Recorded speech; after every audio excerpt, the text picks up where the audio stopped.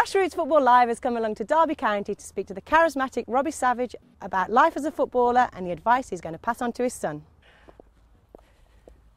Can I check Hi, I'm with Robbie Savage, the charismatic Robbie Savage, talking about grassroots football. Robbie, thanks for joining me propped up against this nice board.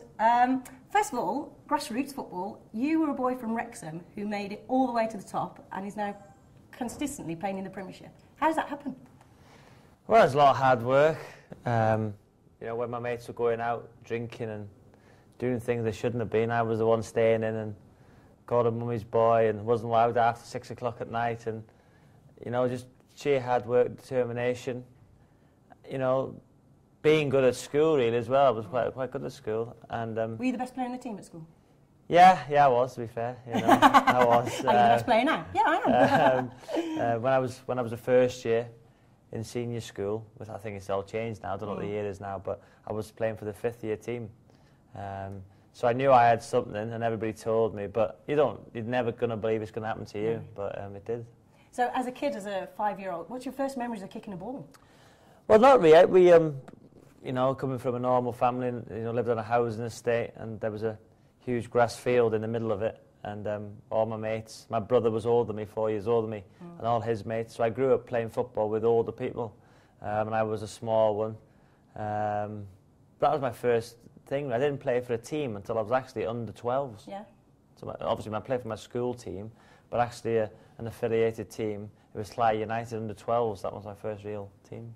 And was it the coaches there that brought you on, and you thought, and they gave you encouragement to play further, or was it just? Well, not really. It was just my own. It was, you know, my own self-desire. It was just, you know, it was not until I got spotted by a Man U scout at 12 years old. No, sorry, I was 14 years old. I was at Crewe Academy when I was 12. That I really believed I could do something. And then you went to the Man U Academy, didn't you? And you went from age 12 to.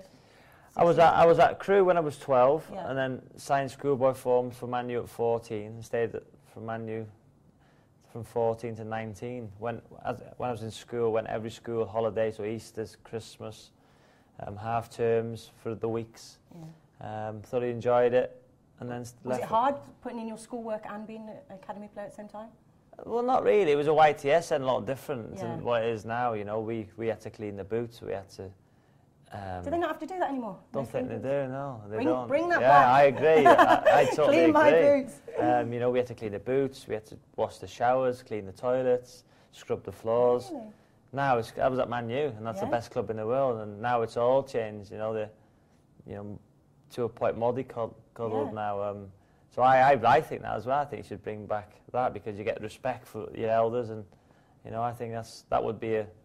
That's a proper YTS, isn't it? Yeah, like proper. You know, learn the trade. £29.50 a week. Is that how much it was? Yeah, you had to save for things. You know, I bought my first jumper. It cost me 50 quid. I had to save 3 weeks. Well, 3 weeks with the bus fare and everything. And now they're talking about buying their first cars, aren't they? Incredible. Like no wages. It's all changed, and you know, I wouldn't.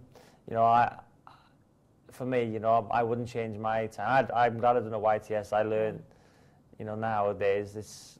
You know, they're buying Bentleys and Porsches at 18. It's incredible. And competing with you, who's been playing with your cars. Yeah, I know. And you've got a son that is also playing football now. Do you think it's a lot different from when you were that age? Do you think there's more pressure on the kids coming through? Yeah, it's a lot. You know, he's 5 years old and he's had 4 clubs approach him. He's had Man City, Everton, Liverpool and Man U, and he's actually at Man U. He's at the development centre. Yeah.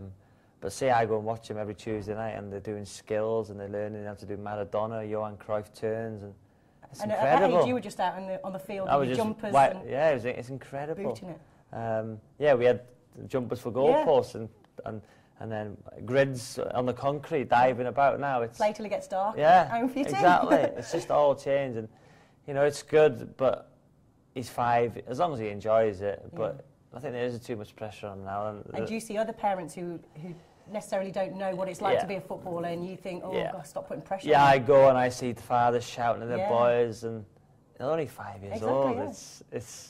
It's hard. To be fair, my wife's been better with my son than I have, really, because I tend to keep out of it, because being my son, obviously, everybody knows it's going to be hard for him. So my wife, we both pay attention to him more as each other, but she's more she takes him more than me. I mean, because I watch every game he plays, course, but it's just a bit difficult for him, Yeah. being the son of a footballer. Exactly, God, yeah.